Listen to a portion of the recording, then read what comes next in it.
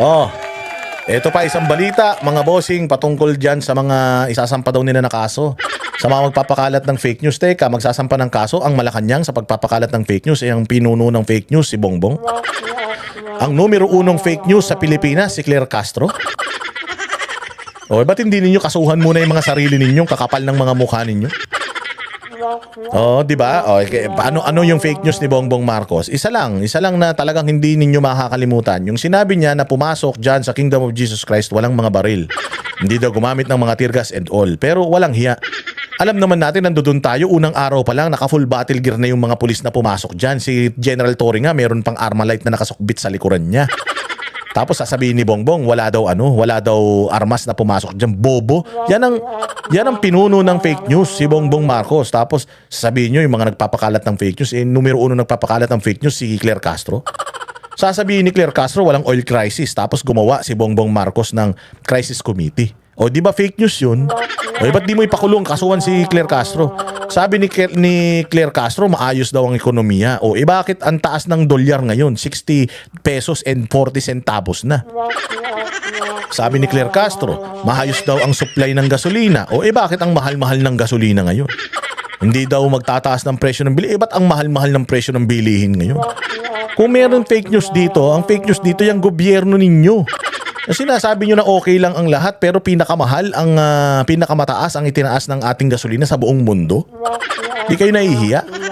Ang ina ninyo, kayo pang may ganang magkaso. O sige, ano ba tong ano na to? Ano ba tong balita na to? Sa legal action ang sinumang nagpapakalat ng fake news na nagsasamantala sa sitwasyon ng enerhiya sa bansa. Ayon sa Malacanang, si President Catarong magbabalita. Nagbabala ang Malacanang laban sa mga individual na nagpapakalat ng maling impormasyon kaugnay ng sitwasyon ng enerhiya sa Pilipinas. Ayon sa palasyo, ang disinformation ay maaring makasira sa tiwala ng publiko, makagambala sa ekonomiya. If you think that there is a disinformation, you have a spokesperson para mag-propagate. Nandiyan dyan si Claire Castro para i-counter lahat ng mga sinasabi ninyong mga maling balita. Bakit nyo kakasuhan? People right now are speculating. Dahil matalino naman na Pilipino ngayon, nakikita na ng Pilipino anong nangyayari sa mundo. So, people can speculate, hindi po masama ang mag-speculate. Now, nasa trabaho na ninyo sa gobyerno na to keep us in a peaceful state of mind. How? Kailangan yung bigyan talaga kami ng mga datos na huwag kayong mag-alala. Yung mga kumakalat na ganito, mali po yan. Ito po yung datos natin, okay tayo. Di ba? Hindi eh. Imbis na magpaliwanag kayo sa nangyayari sa mga problema natin ngayon, puro Duterte kayo. Tatanungin mo si Claire Castro, ibabalik niya sa mga Duterte. Magre-report si Claire Castro, puro against sa mga Duterte. O so ngayon, ang ginagawa ng tao, dahil hindi na sila naniniwala kay Claire Castro, nag-i-speculate sila. Dahil ang mga tao, nararamdaman naman nila kung ano na yung estado ng Pilipinas ngayon, nag-i-speculate sila. So pag nag-speculate sila, at yun yung paniniwalaan nila, available naman ang social media, nilalagay nila yun sa social media. It's up to the people if maniniwala sila sa spekulasyon na yun or hindi, kasi nararamdaman nila eh. If I saw something in social media and naramdaman ko yung parehas kami nang iniisip nung tao na yun, tatangkilikin ko yun. O bakit malakas yung ngayon balita tungkol sa agam-agam ng mga Pilipino na baka magkaroon ng mga malawakang pagba-brownout, na maubusan ng langis. Bakit? Kasi nakikita naman natin yung mga international news. Nakikita naman natin how the very capable countries are having issues. Tayo na hindi naman tayo capable. We do not have a president that is capable. So, meron restlessness sa isip at puso ng mga Pilipino. At kapag may restlessness, talagang may mga kakalat na mga opinion, na mga haka-haka. And trabaho ng gobyerno na yung mga haka-haka na yan patayin by means of magpalabas kayo ng mga totoong datos. But the fact na mas malakas yung agam-agam ng Pilipino, samantalang you have all the money to propagate. Nasa inyo pa mainstream media, may mga vlogger pa kayo. Pero bakit nag-aagam-agam pa rin ng mga Pilipino? Ba't hindi naniniwala sa inyo yung mga Pilipino? Bakit mas malakas yung sinasabi ninyong disinformation sa social media? Kasi nga, mga sinungaling kayo. Yun ang pundasyon ng leadership ni Bongbong Marcos, kasinungalingan eh. So kung ano man ang sinasabi ng gobyerno ngayon, iisipin ng tao kasinungalingan, kabaliktaran. So pag sinabi ng gobyerno na maayos ang Pilipinas, isipin talaga ng tao, hindi maayos ang Pilipinas. Pag sinabi ng gobyerno na stable at sufficient yung ating enerhiya, iisipin ng tao hindi. Bakit? Sinungaling si Bongbong eh. Napakasinungaling ni Claire Castro eh. Oh, hindi ba? Tapos ngayon magagalit kayo dun sa mga naglalabasan ng mga information sa social media. It's up to the people to decide whether disinformation yun or hindi. Hindi kayo. Oo, the only thing that you need to do is to counter those you think na false information. I-counter nyo yun. Kaya nga kayo may PCO eh. Kaya nga kayo mayroong state-owned na mga network eh. Para ilabas ninyo yung mga katotohanan sa nangyayari sa gobyerno nyo eh. Mga tanga pala kayo eh. At maging banta sa public welfare. Tiniyak naman ng administrasyon ang zero tolerance laban sa mga ganitong gawain. Ayon kay Presidential Communications Office o Ikaw kapal ng mukha mo. Hindi ka pa nga nako-confirm eh. Hindi ka pa nako-confirm bilang isang PCO secretary. Hindi ka pa nako-confirm, hindi ka pa dumadaan sa Committee on Appointment kasi nga puros kayo ang ginagawa ni Bongbong, maglalagay siya ng tao puro acting PCO chief, acting DAR secretary, puro acting. Kapag acting kasi, hindi yan dadaan sa Commission on Appointment. Doon pa lang, ginagago na tayo ni Bongbong eh. O eto, confirmed na ba ito ng Committee on Appointment? Commission ng Committee on Appointment sa Senate at saka Congress? Hindi pa. Oh. So wala pa to, walang kwentang tao to. PCO Acting Secretary Dave Go Sabi na nga ni Mike Abby, kurakot kayo dyan sa PTV. Kurakot kayo dyan sa PCO. Yun nga, hindi nyo pa ma-address eh. Anong pinagmamalaki mo? Gomez haharap sa legal na aksyon ang mga mapapatunayang sangkot. Binalaan niya ang sinumang sadyang gumagawa ng kwento at nagpapakalat ng fake news Numero unong fake news nga si Bongbong eh. Numero unong fake news nga si Claire Castro eh. Yun ang una mong kasuhan. Yung kapag fullest extent of the law. Ulul. online na sila ay papanagutin ayon sa batas. Ipinaalala ng Acting Secretary na ang paglalathala ng maling balita ay may kaparusahang hanggang 6 na buwang pagkakakulong sa ilalim ng Article 154 ng Revised Penal Code. Dagdag pa niya, kapag ginawa ito online, maaaring dumoble ang parusa sa ilalim ng Cybercrime Prevention Act. Binigyang DND ni Gomez na ang pagtatangkang So tinatakot kayo. Tinatakot nila ang mamamayang Pilipino na wag maglabas ng kanilang mga saloobin, ng mga spekulasyon. Again, freedom of expression, freedom of speech. If I think, ako, personal, na nararanasan ko yung kahirapan at sa tingin ko, mas magiging malala pa yung mga susunod na panahon, pwede kong ilabas yan. Hindi ako nagpapakalat ng hindi ako nagpapakalat ng maling impormasyon. Nasa inyo yung bola para patunayan na mali yung mga impormasyon na yan. Kasi ako bilang nagsasalita, nag-i-express ng aking nararamdaman, ang ebidensya ko is kung ano yung nararanasan ko. So kung ano yung nararanasan ko, ano naman mahihita ako. Kung sasabihin ko sa social media na hirap ako. At posible pa akong maghirap sa mga susunod na panahon dahil wala kayong mga kwenta dyan sa gobyerno. Anong masama doon? Iyon naman ang totoo. Kung sa tingin ninyo hindi totoo yun, o meron kayong mga vlogger na binabayaran sa inyo pa mainstream media, araw-araw nagpapa-presscon pa yan si Claire Castro, o di sumagot siya ng mainam, sumagot siya ng katotohanan para wala tayong problema at kayo magdidemanda, puro kayo demanda. Ang ina ninyo. ang publiko tungkol sa seguridad ng enerhiya, supply o presyo ay ituturing na seryosong paglabag. Mantakin mo, magagalit kayo tungkol sa presyo. Magkano na presyo ng diesel ngayon? Magma 170? Oh, sabihin nyo, hindi totoo yung magwa 170. O, tamo ka fake news ni Bongbong. Price cap daw ng bigas 50 pesos. Eh bakit sa pamilihan may mga 75? May 80 pesos ang kilo ng bigas. Meron mga 90 pesos ang kilo ng bigas. Akala ko ba may price cap? Oh, dapat liwanagin ninyo yung price cap na yan. Oo, para lang sa NFA rice yan, hindi sangkot yung ibang mga bigas, ganun. Eh kayo ang fake news tapos magagalit kayo sa mga tao pag nagreklamo, tatawagin yung mga fake news. Gago kayo eh. Sinabi pa niya na ang Anti-Fake News Desk sa pakikipag-ugnayan sa Department of Justice ay magsasampa ng kaso laban sa mga nagpapakalat ng mapanlinlang na impormasyon o nagmamanipula ng merkado. Hinimok din niya ang publiko, media partners at iba pang stakeholder na umasa lamang sa official briefings at beripikadong impormasyon.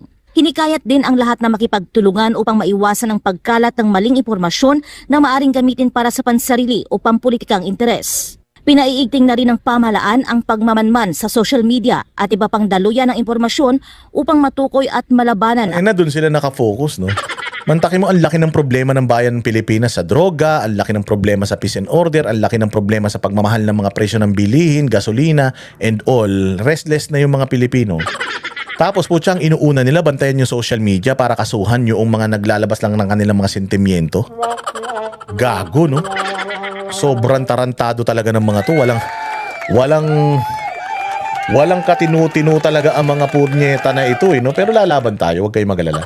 O lalaban tayo, Diyos ko po, wag kayong matakot sa mga ulol na ito. Ito pakinggan natin itong napakagaling na spokesperson natin, na miss kita.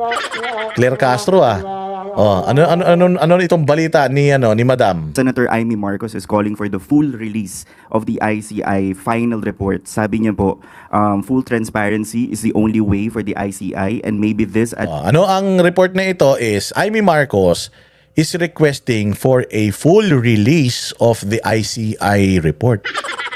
Because again, this committee was created dahil sa transparency di umano. Na kailangan kung ano yung maging findings nito, kailangan malaman ng taong bayan. So hinihingi yun, ayaw nilang ibigay. Bakit? Kaya ayaw siguro nilang ibigay kasi walang resulta. Paano naman gagana yung isang komisyon, natatatlo na lang yung tao, wala pang budget, tapos naiwan isa na lang. Anong magagawang report ng mga ulaga na yan? Inamin na nga ng mga dating taga-ICI na sarili nila yung gastos. Even the computers that they are using, personal daw nila yun. So ibinuo tong ICI na to dahil wala talaga tong plano, wala talaga tong masusolusyonan, wala talaga itong magagawa. At pinapatunayan nila yon by means of itinatago nila yung resulta ng investigasyon ng ICI. So hinihingi natin, asan po yung resulta ng ICI? Dapat maipakita yan sa atin. In the first place, kayo gumawa niyan eh. Si Bongbong Marcos ang nakaisip ng punyemas na ICI na yan. Ba't hindi nyo ilabas yung report? Tanginan nyo, ang dami nyong itinatago. Itinatago nyo yung drug test ni Bongbong. Itinatago nyo yung totoong sakit ni Bongbong. Ngayon naman, itinatago nyo yung investigasyon. Tangina, nag-imbestiga pa kayo kung itinatago nyo rin. Mga tarantado pala kayo eh. So ngayon, ang tanong ng media, bakit daw po hindi ilalabas? Tingnan mo kung ano sagot ng Gaga. administration to redeem themselves in the dismal handling of the flood control mess. To sum it up, sabi niya po, nag-imbestiga, nasaan ang report na April Fools na nahudas pa. So will Malacanang support full disclosure po of the final report? Yun ang tanong ha. Is the Malacanang going to have a full disclosure of the report? Yun yung tanong. Tinan mo kung paano niya i-divert. Sino ba ang nanghudas? Sino ba ang nanloko? Sana po, kung ang isang tao ay talagang laban sa korupsyon, sana consistent sa pagbatikos dito at pagpuna, hindi lamang sa panahon ni Pangulong Marcos Jr., kundi nakaraang administrasyon. Ang ina, bakit na naman nakaraang administrasyon? Yung ICI ba, ginawa nung nakaraang administrasyon, pukin ang ina mong babae ka? Kaputang ina mong babae ka, bobo ka talaga. Kalinaw-linaw, Tagalog naman, halos yung tanong ng reporter. O baka English, di mo naintindihan dahil tatanga-tanga ka talaga. Ang tanong niya, hindi po ba ilalabas ng Malacanang, i-disclose ng Malacanang kung ano yung report na nagawa ng ICI? Tapos, ang sagot mo, sino ba ng hudas? O, kung ikaw, ang advokasya mo, corruption, bakit hindi mo sinisita yung corruption nung pukin ang inan yan? Hindi naman usapin ngayon yung panahon ng corruption ni Pangulong Duterte. Wala naman nagsasampa ng kaso, wala naman nagrereklamo ng corruption ng panahon ni Duterte. Putang ina mo, kaya ang may corruption yung panahon ngayon. Flood control, ang yabang-yabang ng amo mo, siya ang nangako na may flood control. Tapos nung bumaha, wala palang flood control. Tapos sinabi nung amo mong gago na nandiyan dyan yung mga flood control na overwhelm lang. Nung nag-imbestiga siya sa flood control, wala siyang nakitang flood control. Tapos lahat ng mga flood control na yan galing pa doon sa mga kontraktor na putyang ina, kasama niya pa sa ticket niya, alyansa. Pinatakbo sa Pasig yung mga diskaya, tao niya yan eh. Tapos yung mga diskaya na yan, yan din ang nakakuha ng mga kontrata dyan sa probinsya ng anak mo. Dyan sa probinsya ninyo sa Ilocos Norte, putang ina ninyo. Walang kaso ng korupsyon ng panahon ni Pangulong Duterte. Bakit ba binabalik nyo kay Pangulong Duterte? Kung meron, magsampa na kayo ng kaso sa gobyerno ni Pangulong Duterte noon. Pero ang issue ngayon, ang inirereklamo ng tao ngayon, yung maanumalyang budget ng 2025 na pinirmahan ni Bongbong. So bakit mo sinisita si Amy sa hindi pagrereklamo noon? Kasi nga wala namang problema noon. May build project noon, may pandemic pa. Buhay naman tayong lahat, nakapagbigay pa ng ayuda. Hindi naman 7 trillion ang budget nung panahon ni Pangulong Duterte. Magkano lang naman ang budget nung panahon ni Pangulong Duterte? 4 trillion lang, 3 trillion. May pandemic pa. Ngayon panahon ni Bongbong Marcos, 4 na taon na wala pa nagagawa si Bongbong Marcos. So ibig sabihin magnanakaw yan si Bongbong Marcos. At saka sino ba ang nag-imbestiga? Kayo, ICI, sino ba gumawa? Kayo. Ang tanong ng reporter, yung ICI, ilalabas ba yung report? Tapos ang sagot mo, imbestigahan yung kaso nung pangdanakaw nung panahon ni Duterte. Wala nga ngang kaso, paano iimbestigahan? Wala nga nagsasampa ng korupsyon nung panahon ni Pangulong Duterte. Bakit yun na naman ang sagot? Putangin nanto talaga aso eh. Boba talaga eh. Wala talagang alam eh. Babalik natin sa kanila yan. Ang ghost projects as early as 2020. Hindi nga yun ang tanong. Ang tanong nga, madam, hindi ba ilalabas ng ICI yung report nila? Bakit kailangan ibalik mo sa nakaraang administrasyon? Hindi naman nakaraang administrasyon gumawa ng ICI, putang ina mo, boba. Alam mo ba kung ano yung tanong? Uulitin natin ang tanong, hindi po ba kayo maglalabas ng report sa ICI? Tapos ang sagot mo, 2020 pa yung corruption? Pukin ang ina mo. Kung 2020 pa yung corruption, magpa-imbestiga na kayo ng mga corruption ng 2020. Pero dapat ilabas ninyo, i-disclose ninyo kung ano yung report ng ICI. Kayo naman gumawa ng mga puki ng ina nyo. Gumastos pa kayo ng ilang milyon para dyan sa ICI na yan. Pucha, hinihingi lang yung report, ayaw nyo ilabas. Tang ina ninyo, alam nyo kasi wala naman talagang nagawang report yung hayop na yan, gumastos pa tayo dyan. Hindi naman talaga nag-iimbestiga mga ulul na yan. At mag-iisip ng ganito taong bayan hanggat hindi nyo kayang sagutin, asan na yung report. Hinihingi ni Libiste yung report, hindi do binigay sa kanya. Yun ang tanong eh, Claire Castro, bobo ka eh, abogada ka pero hindi ka marunong makaintindi ng simpleng tanong. Hindi nyo ba ilalabas yung ICI report? Simple lang naman sagot, hindi po. Bakit? Kasi confidential yun, malalaman ng mga sangkot doon, makakapaghanda sila. Maganda, bulagaan na lang. Diba? Pwede naman ganun eh. Pero bakit kailangan titira ka sa administrasyon? Nung nakaraan, hindi naman yun ang usapan. Ang usapan ngayon, magnanakaw si Bongbong Marcos. Alam ng taong bayan, magnanakaw si Bongbong Marcos. Ang trust rating ni Bongbong Marcos, -9. Ang trust rating ni Pangulong Duterte, nung umalis siya ng Malacanang, 87, positive. Tangina ka, may tiwala ang taong bayan kay Pangulong Duterte nung umalis siya. Hanggang ngayon, may tiwala taong bayan sa kanya, tapos sa kanya mo isisisi yung issue ngayon, sa kanya mo isisisi. Wala namatay nung flood nung sa baha nung kay Pangulong Duterte. Ngayon panahon ni Bongbong Marcos may namatay sa bahay, isisisi mo na naman kay Duterte yung hudas ka. Tanginan to talaga, bobo eh. Walang nangyaring malawak ang pag-iimbestiga. Ang tanong natin, Walang malawak ang pag-iimbestiga nun kasi wala namang iimbestigahan. Walang reklamo tao nun eh. Ang nagre-reklamo nun bukod tangi, yung mga human rights advocate doon sa war on drugs, yun lang. Walang issue sa corruption nun. Nagtayo nga siya ng commission eh, di ba? Yung PACC, Presidential Anti-Corruption Commission ni Belhica. Ang dami nilang kinasuhan. Tangina, ikaw, inabolish nyo nga yan. Pag upo ni Bongbong Marcos, inabolish niya kagad yan. Tarantado ka ba? Ibig sabihin, magnanakaw talaga yan. Inabolish niya eh. ingay ba sila? Hindi ba ang Pangulong Marcos lamang? 2025 ang siyang nag-utos na imbestigahan. Oh, nag-utos ng imbestigahan ni Bongbong. Ang tinatanong nga ng tao, asan na yung resulta ng investigasyon? Inutusan niya pala mag-imbestiga yan. Hinatanong lang namin, nasan po yung resulta? Hindi nyo mailabas. Bakit?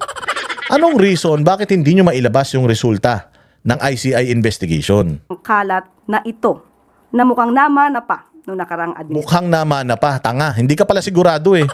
Mukhang namana sa nakaraang administrasyon. 2025 yung mga flood control. 2025 binadgetan yung mga flood control project na yan. Namana sa nakaraang administrasyon. Gago. 2022. Siguro kung may mga nalunod sa baha noong 2022, ayan. Pwede mong isisi sa nakaraang administrasyon yung mga nalunod sa baha ngayon 2025 eh. Tapos yung budget galing sa pirmadong budget ng 2025 eh. Paano mo isisisi sa mga Duterte yan? Okay nang inan to. Gago. Alam mo, Claire Castro, hindi ako mapapagod sa pagmumura sa yung puki ng ina mo ka dahil ikaw ang pinuno ng fake news sa Pilipinas.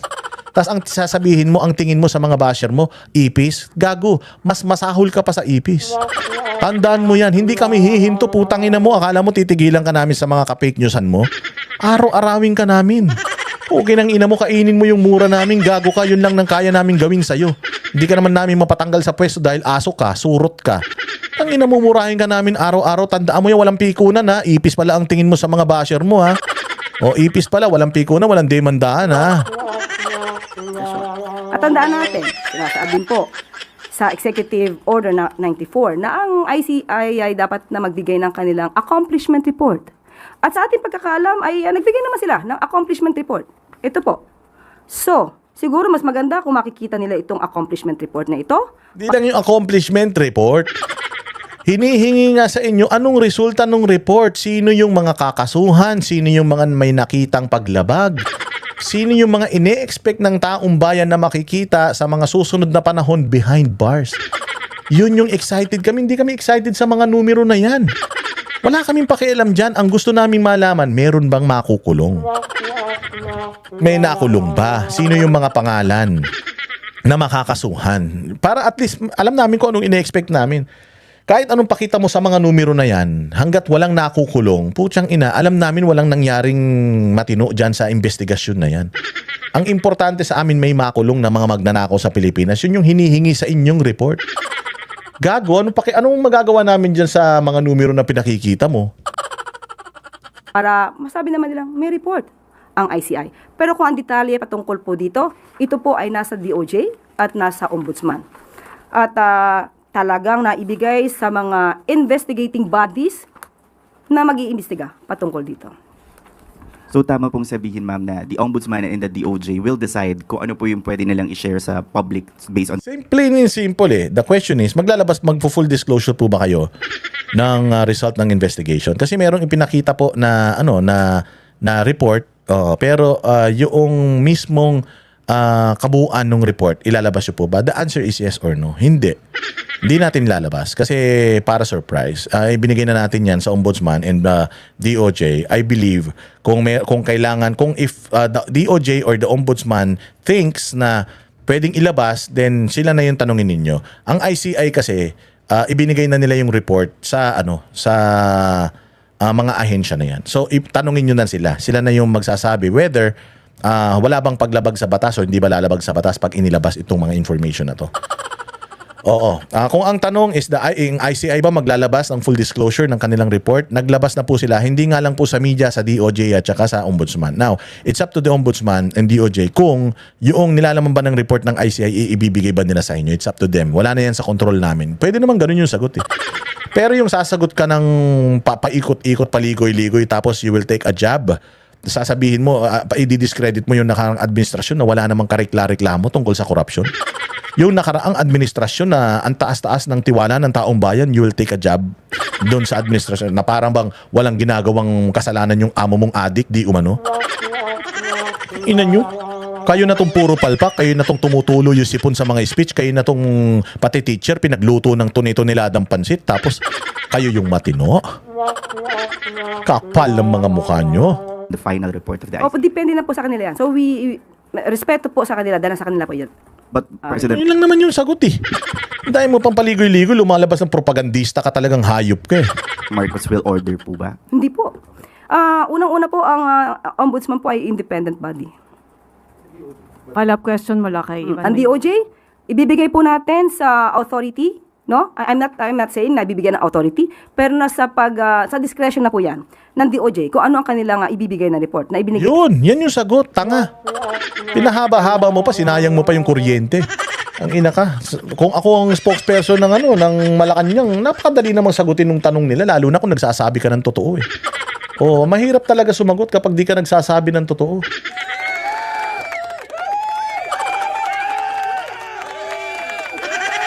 Mutsang inan nyo, puros kayong mga kagaguhan. O ito, meron pang bagong may bagong pautot din ito may bagong pautot din itong kapatid ni Boying, si Darna. Si John B. Cremulya. 2 years after. 4 years after nung kanilang pag-upo sa Malacanang, ngayon lang niya naisip na kailangan ng curfew sa mga kabataan, bawal yung nagiinom sa kalsada. Tangina ka. Ginawa na ni Pangulong Duterte yan eh. Oo, yung bawal mag-inuman sa kalsada, ginawa na ni Pangulong Duterte yan. Itutuloy nyo na lang kasi nag-inarte pa kayo eh. Tapos ngayon, magmamalaki ka na parang ikaw nakaimbento. Gago. Ikaw nakaimbento. Bawal na nga ang pagpapaputok ng ng mga quitis nung panahon ni Pangulong Duterte. O hindi ba? Bawal lang magyosi sa daan. Magyoyosi ka, meron lang designated na yosi area tapos nasa tirik na araw para ma-discourage ka magyosi. Lahat ng mga minors noon may curfew na. Bawal na ang mga nakahubad sa kalsada, bawal na yung mga catcalling, bawal na yung mga nag-iinuman sa kalsada. Nung panahon ni Pangulong Duterte, ganyan na. Natatandaan ko, nanay ko may tindahan nung panahon ni Pangulong Duterte, may barbecuehan kami. Siyempre, pag bumili ng barbecue, yung mga tambay, bibili ng alak yan. Oo, ang nanay ko hindi magbibenta ng alak yun kapag iinom ka doon sa tapat ng tindahan. Kasi uso yun, yung habang nagbabarbecue ka, umiinom ka Red Horse. Oo, hindi, bawal na bawal yun. Tsaka talagang noon dumadaan yung mga pulis, tinitingnan yung mga naka-standby kung umiinom. Pag umiinom, pucha bagansya talaga yan. Tapos ngayon mag-iinarte ka, John Vic Rimulya, na parang ikaw ang naka-imbento nito. Gago, gumagana to noon. Hininto nyo lang mga tanga. Oo, kung babalikan ninyo yung mga executive order ni Pangulong Duterte, yung mga utos ni public pronouncement ni Pangulong Duterte, noon niya pa pinagbawal yan. Kasi dito sa Davao City, bawal yan eh. Bawal yung mga naka-standby dyan madaling araw. Binabagan siya yung mga bata rito. Sabi nga ni Pangulong Duterte noon eh. Pinapalo talaga yung mga bata rito na nahuhuli. Tapos pag nagalit yung mga magulang, sasabihin niya na kasalanan nyo yan. Kung yung anak ninyo napalo ng mga pulis, kasalanan nyo yan. Kasi dapat nasa bahay nyo na yan. Ganon dito sa Davao City. Makapagmalaki naman to si Rimulya. Kala mo siya naka-imbento. Ulol. Huhulihin na ang mga nag-iinuman sa kalye at Hulihin na. Dapat ang balita na yan, huhulihin ulit. Kasi hininto nyo yan eh. Gumagana na yan kay Pangulong Duterte nun. Hininto nyo. Mga tanga. ayon sa Department of the Interior and Local Government o DILG. Bahagi ito ng kampanya ng ahensya upang mas mapababa ang crime rate. Sa isang press conference kanina, sinabi ni Interior Secretary John Vic Rimulya na madalas pagmulan ng away at sexual harassment ang mga Noon pa yan. Gusto mo maging presidente ng Pilipinas, late yung utak mo. Ginawa na yan ni Pangulong Duterte. Nung umupo si Bongbong, sana tinuloy na lang. Ordinansa na yan eh. O sasabihin nyo lang naman sa mga mayor, yung ordinansa ng national government ni noon na bawal yung ganito, tuloy-tuloy po yan, hindi yan hihinto Yan ang problema sa Pilipinas eh. Pag napalitan ng presidente, lahat ng ginawa ng presidenteng nauna, puta humihinto eh. Dapat yun tuloy-tuloy. Pag nagsalita ang presidente tungkol sa mga bagay-bagay na makakabuti sa bayang Pilipinas, tinutuloy-tuloy dapat yun. Ba't hininto kasi? O, kita mo no New Year, ang dami na naman naputukan ng kamay. Bakit? Tangin na kasi bumalik na naman yung mga putukan sa kalsada eh. Noon pinahinto na yan ni Duterte. O, dyan sa kalsada, nakita ninyo yung mga shooting incident sa kalsada, lahat puro sa mga nag-iinuman. O, bakit may nag-iinuman na naman kasi sa kalsada? Nung panahon ni Duterte, bawal na yan. Tapos ngayon, ibinabalik nyo dahil tama pala yung ginawa ni Duterte. Ibinabalik nyo ngayon. Tapos, tangina, kung makapagsalita kayo, parang kayo nakaimbento. Wala na. Laos na kayo. ganitong aktibidad sa kalye kaya minabuti nilang aksyonan. Meron tayong Anti-Public Intoxication Act. Bawal na ang mag-inom sa kalye. Bawal na ang maglatag ng mga silya at ng mga lamesa sa mga kalye at mag-inuman. Pasensyahan tayo. Pag kayo mag-inuman sa kalye, uhulihin namin kayo. Kung anong yabang mo? Kala mo naman ikaw nakaimbento niyan, ulul. Noon pa gumagana yan. Tangina, bida-bida ka na naman. Walang hiya ka. Kala mo naman, mabobola mo kami sa mga paganyan-ganyan. Kayong mga Rimulya kayo, salot kayo. Puro kayo mga traidor. Wala kayong may pagmamalaki sa bayang Pilipinas. Hindi nyo naman napaganda ang bayang Pilipinas. Cavite man lang sana. Ito, bago tayo